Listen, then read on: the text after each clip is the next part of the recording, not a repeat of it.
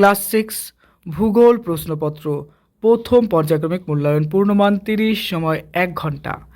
এখানে প্রচুর প্রশ্ন রয়েছে যেগুলো পরীক্ষায় কিন্তু প্রচুর পরিমাণে আসছে। তো মোস্ট ইম্পর্ট্যান্ট প্রশ্ন দিয়ে বানানো তোমাদের ভূগোল প্রশ্নপত্র, দেখো সম্পূর্ণ উত্তর সহ এই ভিডিওতে আমি তোমাদেরকে বলবো। দেখো প্রত্যেকটা প্রশ্ন ইম্পর্ট্যান্ট, তাই প্রথম থেকে লাস্ট পর্যন্ত অবশ্যই দেখবে, বলা যায় না কোনটা পরীক্ষায় আসবে। বিভাগ ক, সঠিক উত্তরটি নির্বাচন করো। 1 নম্বর, ভারতের দক্ষিণতম বিন্দুটির নাম কি? কন্যাকুমারী, ইন্দিরা পয়েন্ট, পামির, কারাকোরাম।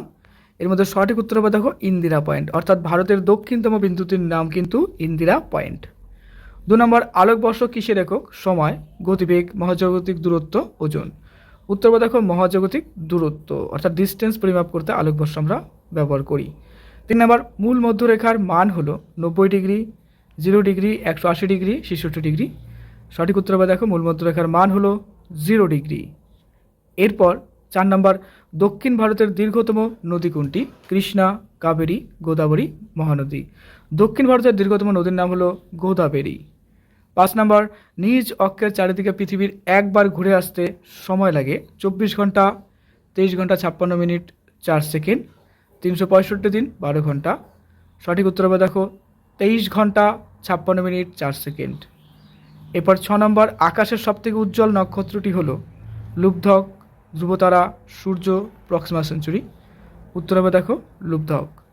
এরপরে 7 নম্বর, ভারতের নবীনতম রাজ্যটি 2004 সালে গঠিত হলো, যেটি তার নাম উত্তরাখণ্ড, ঝাড়খণ্ড, তেলেঙ্গানা, ছত্তিশগড়। সঠিক উত্তর হবে দেখো তেলেঙ্গানা। এরপর এক কথায় উত্তর দাও 8টি প্রশ্ন। 8 নম্বর, 1 নম্বর, সূর্যের পরে পৃথিবীর নিকটতম নক্ষত্রটি কোনটি হবে? দেখো এটা হবে প্রক্সিমা সেঞ্চুরি। নেক্সট, ভারতের সর্বোচ্চ শৃঙ্গের নাম কি? উত্তর হবে গডিন অস্টিন বা কেটু। এরপর কত বছর অন্তর লিপ ইয়ার হয়? 4 বছর অন্তর হয়। তারপরে 4 নম্বর, ভারতের মূল ভূখণ্ডের দক্ষিণতম বিন্দু কোনটি? উত্তর হবে কন্যাকুমারী। এরপর 5 নম্বর, ভারতের উত্তর দক্ষিণে বিস্তার কত? উত্তর হবে দেখো 3214 কিমি। এরপর 6 নম্বর, অক্ষরেখা কাকে বলে? উত্তর, পৃথিবীর উত্তর ও দক্ষিণে সমান্তরালভাবে অঙ্কিত কাল্পনিক রেখাকেই অক্ষরেখা বলে। 7 নম্বর, পৃথিবীর কোন গতির ফলে দিন রাত্রি হয়?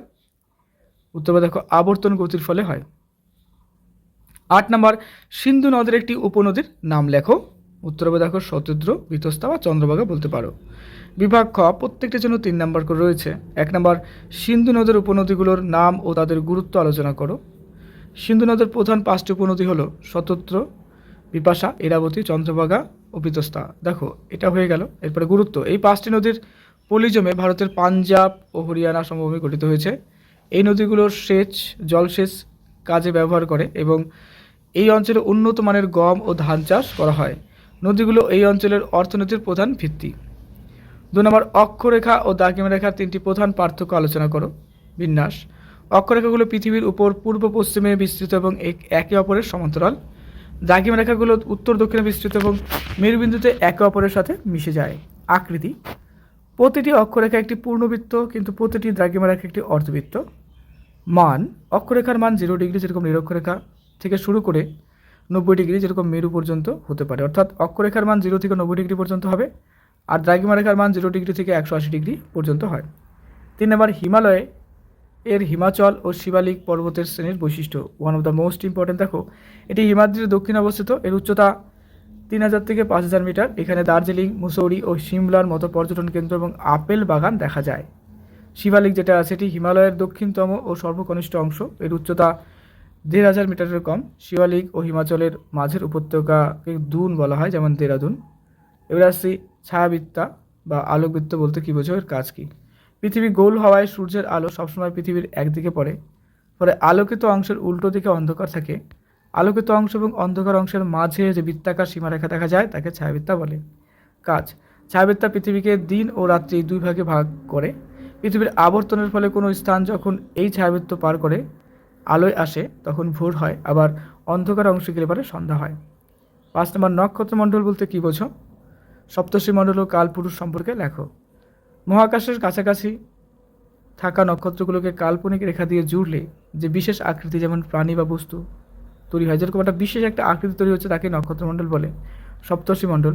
আকাশের উত্তর পূর্ব দিকে 7টি উজ্জ্বল নক্ষত্রকে একসাথে দেখতে জিজ্ঞাসা চিহ্নের মতো লাগে, একে সপ্তর্ষি মণ্ডল বলে। এর প্রথম দুটি নক্ষত্রকে যোগ করে বাড়িয়ে দিলে ধ্রুবতারাকে চেনা যায়। কালপুরুষ। শীতকালে আকাশের দক্ষিণ পূর্ব দিকে শিকারীর মতো দেখতে যে নক্ষত্রমণ্ডল দেখা যায় তাকে কালপুরুষ বলে।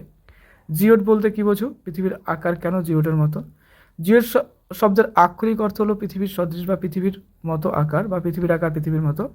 ব্যাখ্যা: পৃথিবী পুরোপুরি গোল নয়, নিচের অক্ষের চারিদিকে খুব দ্রুত ঘোরে বলে এর উপর ও নিচ যেরকম মেরু অঞ্চল, সামান্য চাপা এবং মাঝখানটা নিরক্ষীয় অঞ্চল যেরকম আছে কিছুটা স্ফীত বা ফোলা হয়।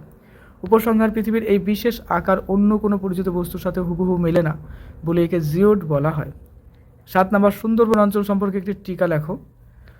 গঙ্গা, ব্রহ্মপুত্র, মেঘনা নদীর মিলিত মোহনায় পশ্চিমবঙ্গের দক্ষিণে সুন্দরবন অবস্থিত। এটি বিশ্বের বৃহত্তম বদ্বীপ ও ম্যানগ্রোভ অরণ্য। এখানে সুন্দরী, গরান, গেও, হেতলা গাছ প্রচুর পরিমাণে দেখা যায়। জোয়ার ভাটার জল থেকে বাঁচতে এই গাছগুলোর শ্বাসমূল ও ঠেসমূল থাকে। এই অরণ্যটি রয়্যাল বেঙ্গল টাইগারের প্রধান বাসস্থান হিসেবে পৃথিবীতে বিখ্যাত। আমাদের সেট কমপ্লিট হলো। চ্যানেলের নতুন অবশ্যই সাবস্ক্রাইব করে দিও। Best of luck.